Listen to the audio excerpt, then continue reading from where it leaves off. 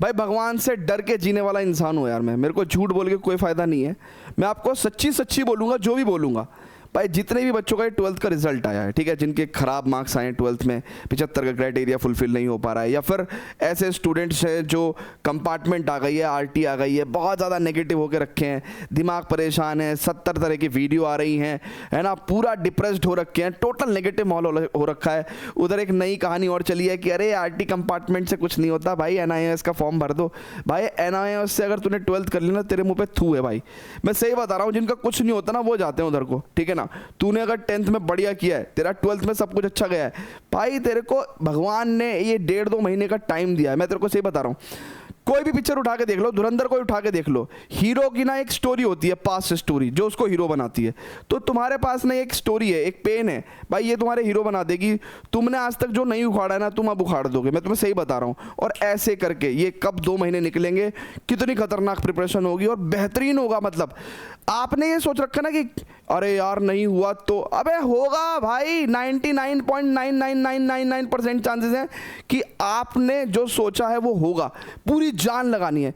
तो इस वीडियो में मैं आपको बताऊंगा कि ये आरटी कंपार्टमेंट का एग्जाम भी है, यही इंप्रूवमेंट का एग्जाम भी है। ये कैसे हो रहा है, कैसे आपको उसके लिए अप्लाई करना है, कब एग्जाम होगा, कब रिजल्ट आएगा, A to Z इंफॉर्मेशन, मतलब A to Z इंफॉर्मेशन मैं आपके साथ शेयर करने जा रहा हूं। पूरा वीडियो बहुत ध्यान से देखिएगा, तसल्ली से, ठीक है।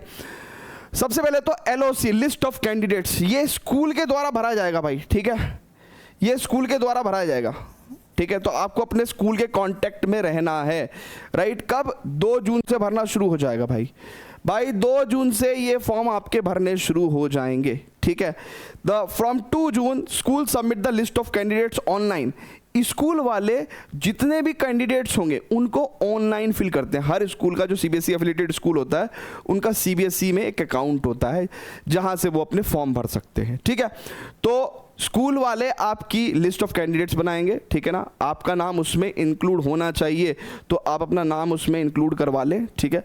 और देन उसके बाद जो है आपका रजिस्ट्रेशन हो जाएगा, ठीक है। No direct individual application is accepted by CBSE। CBSE अलग से कोई एक एक करके एप्लीकेशन नहीं लेगी, आपका स्कूल भरता है लिस्ट ऑफ कैंडिडेट्स की सारी एप्लीकेशन, ठीक है। पहली बात तो ये ध्यान रखना है, 2 जून से ये फॉर्म का प्रोसेस भले ही 2 जून से शुरू हो रहा है, आपकी पढ़ाई तो आज से शुरू होगी भाई, आज से और अभी से, ठीक है ना। तो मैं बताऊंगा आपको कैसे।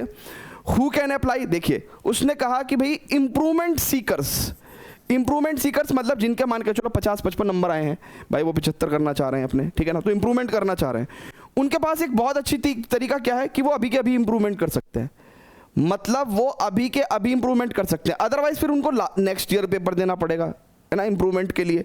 सो students who passed class 12th in the 2026 but wish to improve their score in 1 subject only.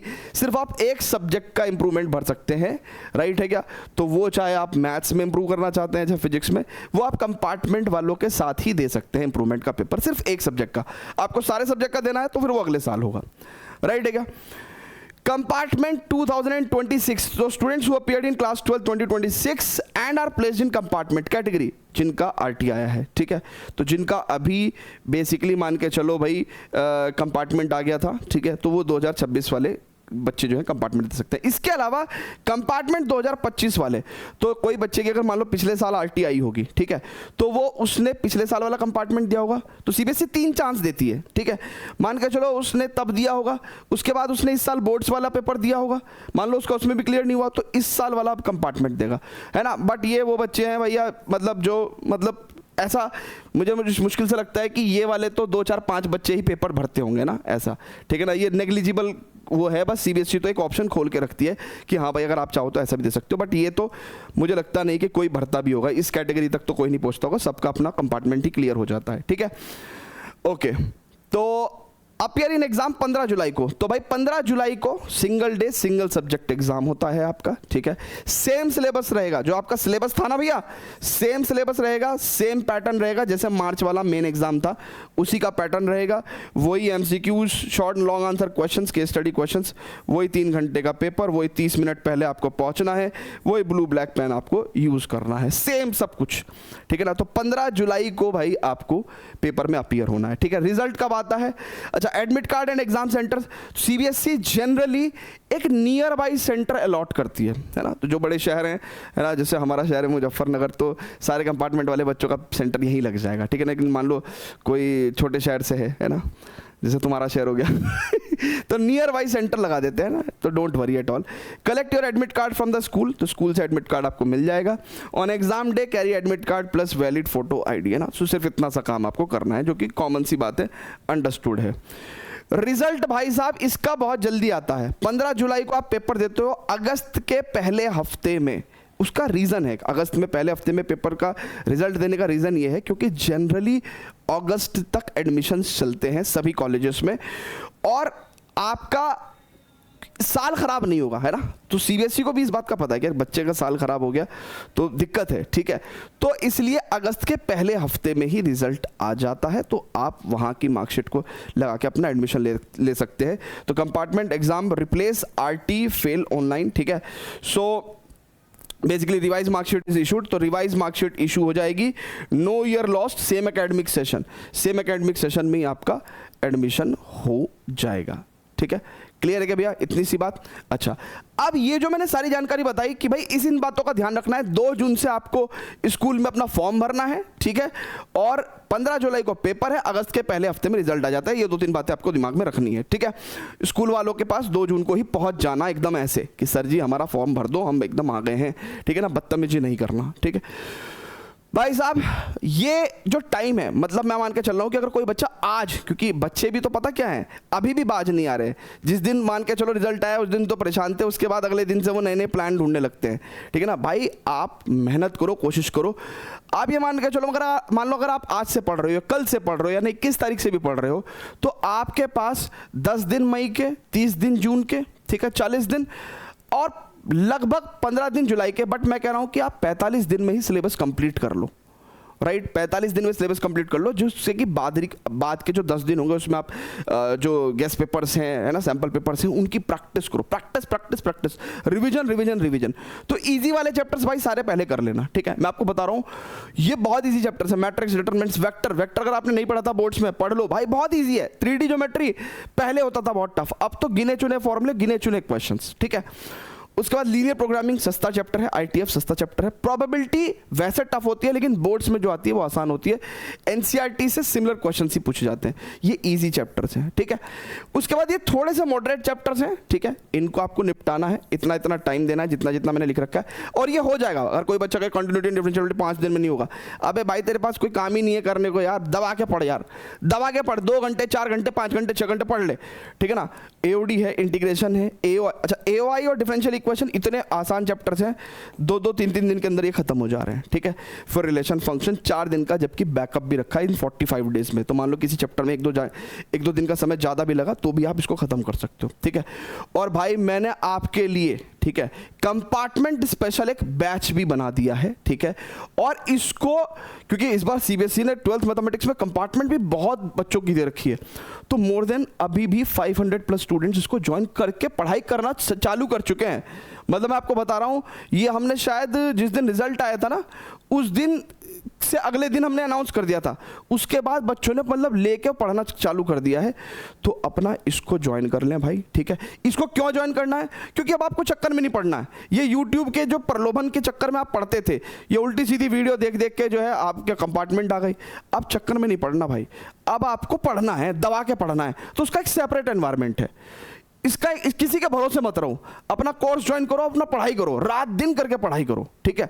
तो भाई ये 45 डेज कंप्लीट सिलेबस बैच है, ठीक है ना। आंख बंद करके विश्वास करो, इस कोर्स को करो भाई। अगर आपने एक कोर्स कंप्लीट कर लिया, दुनिया की कोई ताकत नहीं है आपको 70+ लाने से रोक दे आउट ऑफ 80, क्योंकि हर चीज कवर कर रखी है। मैं बताता हूँ क्या क्या कवर कर रखा है। अच्छा, इसकी प्राइसिंग हमने बहुत अफोर्डेबल रखी है, 899, ठीक है। मतलब ये बैच को बनाने की, स्ट्रीमिंग करने की जो कॉस्ट है बस वही है ये, ठीक है ना। तो आप इसको ज्वाइन करो, ठीक है भाई। डिटेल्ड इसके अंदर देखिए, वन शॉट तो आप हमारे जो बाप शॉट्स हैं वही हैं। तो अगर कोई चैप्टर आपने पढ़ नहीं रखा है तो वो तो आप यूट्यूब से भी कवर कर सकते हो, हमारा जो बाप शॉट है उससे, है ना। मैं ये मान के चल रहा हूँ कि भाई लगभग 60-70% सिलेबस तो आपने पढ़ रखा होगा पहले भी, जिसका हल्का फुल्का आइडिया तो होगा ही होगा। तो अपना chapter wise quick theory revision करो, ठीक है। अगर आपको लगता है नहीं सर मैं काफ़ी चीज़ें भूल गया हूँ, तो पहले किसी भी चैप्टर का बाप शॉट जो है ना, यूट्यूब में भी मिल जाएगा आपको, बैच के अंदर भी मिल जाएगा। अपना बाप शॉट देखो 3 घंटे का, ठीक है। चैप्टर आ गया बढ़िया, ठीक है। अब ये है chapter wise quick theory revision, ठीक है। चैप्टर के क्विकली थ्योरी रिवाइज कर ली।